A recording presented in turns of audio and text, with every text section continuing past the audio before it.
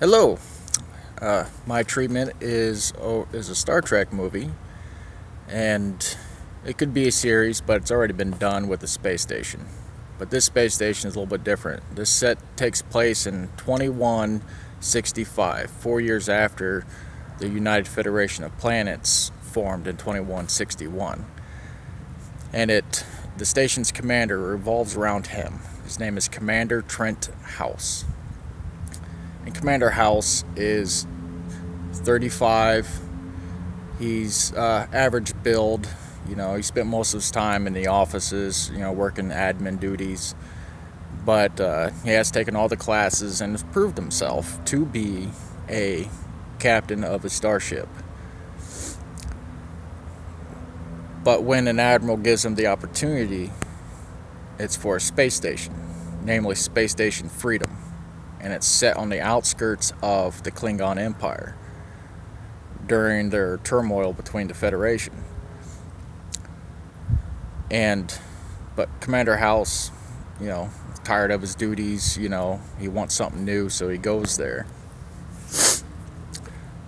Problem is, Commander House is more than an average officer, but he has a lot of problems.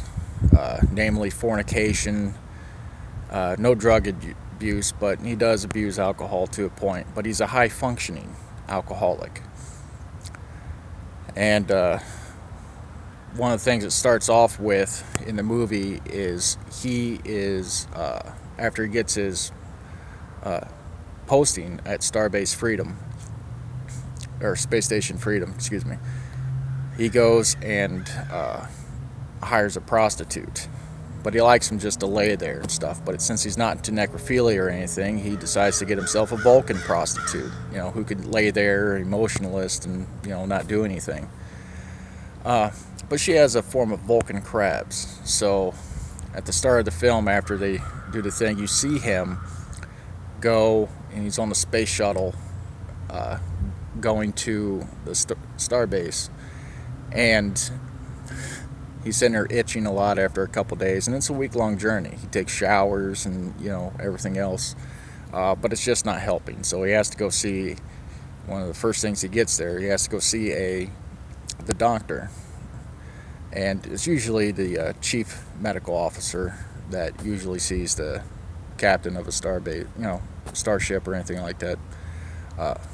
But she ends up being Vulcan as well. So, and she clearly identifies the problem, so there's this big awkwardness. The XO of the space station is Lieutenant Commander Donovan, and he is one of the best Starfleet officers in the world, or in the Federation, excuse me, and was almost guaranteed that posting. So when he finds out he's passed over for some,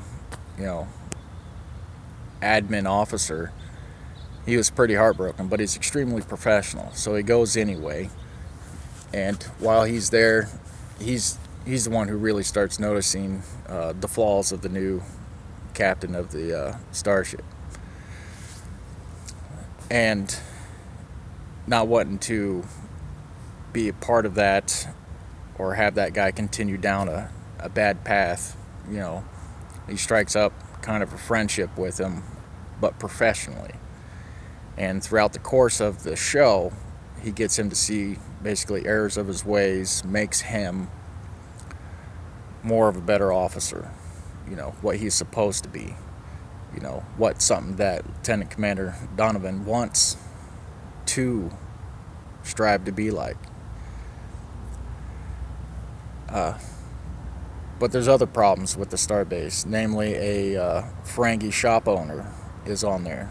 I know that's been done with Deep Space Nine, but this is set before first contact with Ferengi, so nobody on this base knows what the hell a Ferengi is. And they keep finding him in sensitive and secure areas and things like that, so that's another thing that has to happen. And there's another officer there, Lieutenant Commander Riley, who's a intelligence officer, and he's extremely smart, probably too smart for his own good. And him and the Ferengi strike up kind of a mutual professional relationship throughout the whole thing. You know, they both feed each other information, they do things, because this Ferengi used to be a daemon, which is the equivalent of a captain in the Star Trek universe, and through reasons of his own, he got basically kicked out, and he's just his own free merchant now. The starbase has a lot of problems itself.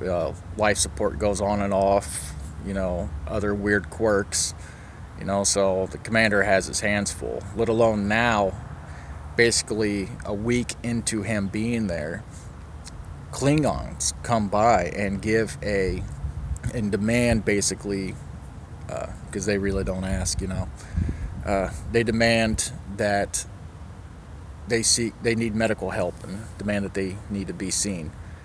So through some reluctance, they beam him over and get him all taken care of. Meanwhile, the captain of that ship, of the Klingon ship, wants to defect. So now they have to, you know, go through all this stuff to try getting him through without letting him and his family lose honor and things like that. And on top of all that, and a Klingon admiral decides to want peace, you know, especially in that sector. So now the commander of Commander Trent now has to Trent House, excuse me, needs to go and meet with this admiral and try to do things for peace. You know, so it's a pretty interesting, intense story, and I got dinged for me being too long on my last one, so that's why this one really isn't in depth, but you get the idea, and I hope you like it, and maybe it might get made someday, you never know. Alright, take care.